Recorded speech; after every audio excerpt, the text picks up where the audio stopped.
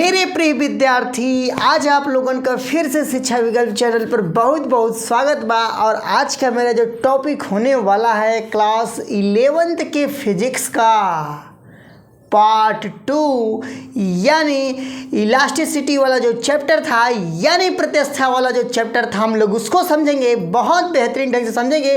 इसमें मैं एक छोटा सा टॉपिक सिलेक्ट किया हूँ जो कि आज का मेरा टॉपिक होने वाला है आयतनात्मक प्रत्यास्थता गुणांक। आयतात्मक प्रत्यास्थता गुणांक को समझेंगे, बहुत बेहतरीन ढंग से समझेंगे। और आप लोग के सामने देखिए डेफिनेशन लिखा गया है, यानी परिभाषा लिखा गया है लघु विकृतियों के लिए। लघु विकृतियों के लिए लघु का मतलब होता है कि भैया कम से कम हो, और विकृति का मतलब होता है चेंज।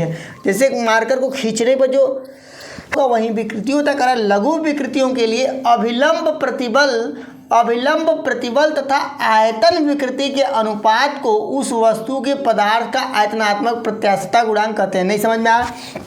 देख ऐसा ना, अभिलंब प्रतिबल है। अभिलंब प्रतिबल का होता है बल बटा के क्षेत्रफल होता है, आप लोग पढ़े हैं। और तथा आयतन विकृति क्या होता है ना, जैसे मान लीजिए कि जैसे किसी भी वस्तु पर हम क्या करें, मतलब बल लगाएं, दाब लगाएं, उसमें से उसके आयतन में चेंज हो जाए और आकार में नहीं चेंज होगा, उसको कहते हैं आयतन विकृति कहते हैं। मतलब आयतन में तो चेंज हो जाए लेकिन आकार में ना चेंज हो, उसको कहते हैं आयतन विकृति के अनुपात को उस वस्तु के पदार्थ का आयतनात्मक प्रत्यास्थता गुणांक कहते हैं। मतलब अनुपात यानी फार्मूला के माध्यम से इसको हम लोग डिफिनेशन दे देंगे।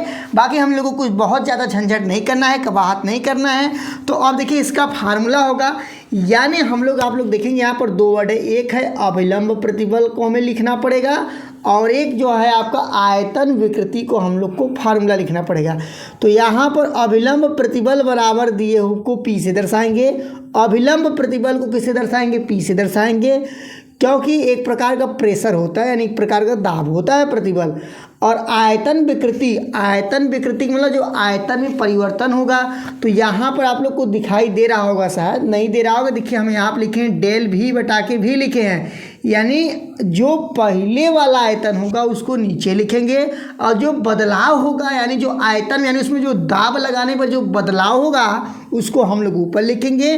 फिर यहाँ पर देखिए फार्मूला लिख दिए, जैसा यहाँ पर डिफिनेशन में कहा था, अभिलंब प्रतिबल बटा की आयतन विकृति हो गया। और अभिलंब प्रतिबल को हम लोग किससे दर्शाते हैं? पी से दर्शाते हैं, यहाँ पर पी लिख दिए। अब आयतन विकृति का फार्मूला देखिए, यहाँ पर डेल भी बटा के भी है, ठीक। अब इसको जब हम लोग रखेंगे पलट जाएगा, यहाँ पर जो है ना डेल भी यहीं रह जाएगा, भी पलट के ऊपर चला जाएगा, और यहाँ पर क्या रहता है? माइनस रहता है। पी क्या है? पी आपका अभिलंब प्रतिबल है। आयतन विकृति क्या है? यानी एक प्रकार ए भी आयतन है, एक प्रकार क्या ए भी आयतन है, आयतन बटा के आयतन है। मतलब भाई ऊपर भी मीटर क्यूब होगा, नीचे भी मीटर क्यूब होगा। अब हम लोग इसको समझेंगे इसका यूनिट क्या होता है। तो यूनिट जो इसके पहले हम लोग पढ़े थे उसी का यूनिट होगा, यानी एक प्रकार से कह सकते हैं आयतन और विकृति इसमें कोई इफेक्ट डालेगा नहीं। यानी अभिलंब जो प्रतिबल का हम लोग यूनिट पढ़े थे, न्यूटन प्रति मीटर स्क्वायर था ना, न्यूटन प्रति मीटर स्क्वायर था। तो यहाँ पर आप लोग निकाल सकते हैं, बल बटा के क्षेत्रफल होता है, मतलब बल का मात्रक न्यूटन और क्षेत्रफल का मात्रक मीटर स्क्वायर। तो यहाँ पर इसका यूनिट किसका यूनिट भैया? आयतनात्मक प्रत्यास्थता गुणांक का जो यानी मात्रक जो होने वाला है, मात्रक को हम लोग कहेंगे न्यूटन प्रति मीटर स्क्वायर। अब इसका बीमा क्या होगा?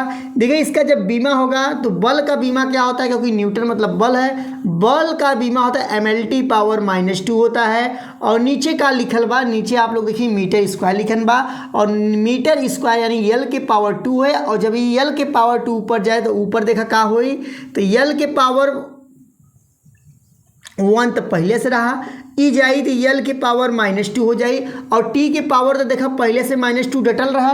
तो यहाँ पर हो जाई ML के पावर -1, ML के पावर -1, और यहाँ पर T के पावर -2। एक किसका बीमा हो? ये आयतनात्मक प्रत्यास्थता गुणांक का बीमा हो, ठीक। ML के पावर -1, T के पावर -2। एक टॉपिक और है, उसको भी मैं कवर करा देता हूँ।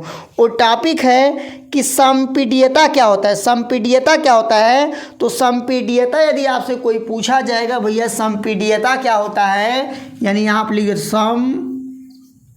संपीड्यता, संपीड्यता ऐसे ही पूछा जाएगा। संपीड्यता क्या होता है तो बता दीजिएगा कि आयतनात्मक प्रत्यास्था गुणांक के व्युत्क्रम को कहते हैं संपीड्यता कहते हैं, और आयतनात्मक प्रत्यास्था गुणांक को किससे दर्शाते हैं, बी से। देखिए यहाँ पर दिखा गया है, यानी 1/b ये क्या है भैया, संपीड्यता गुणांक है, संपीड्यता है। संपीड्यता यदि आपसे कोई पूछेगा तो क्या होता है तो बताएंगे आयतनात्मक प्रत्यास्था गुणांक के व्युत्क्रम को कहते हैं संपीड्यता कहते हैं। लेकिन हम लोग संपीड्यता का मतलब होता है एक तरह से समझिए फैलाव होता है, यानी गैसों में फैलाव ज़्यादा रहता है, तो गैस में संपीड्यता जो होता है काफ़ी ज़्यादा होता है। और आशा करता हूँ कि आप लोगों को ये वीडियो बहुत बेहतरीन लगा होगा, और जब अच्छा लगा होगा तो चैनल को सब्सक्राइब करके, वीडियो को लाइक करके, कमेंट बॉक्स में आप लोग जय हिंद बोल दीजिएगा। और आपको किसी अन्य टॉपिक का वीडियो चाह रहा होगा तो कमेंट बॉक्स में बताइए, मैं उस टॉपिक का वीडियो बहुत जल्द लाने का प्रयास करूँगा। आशा करता हूँ कि आप लोग बहुत अच्छे होंगे और आप लोग का पढ़ाई लिखाई बहुत अच्छे ढंग से चल रहा होगा। फिलहाल इस वीडियो में इतना ही।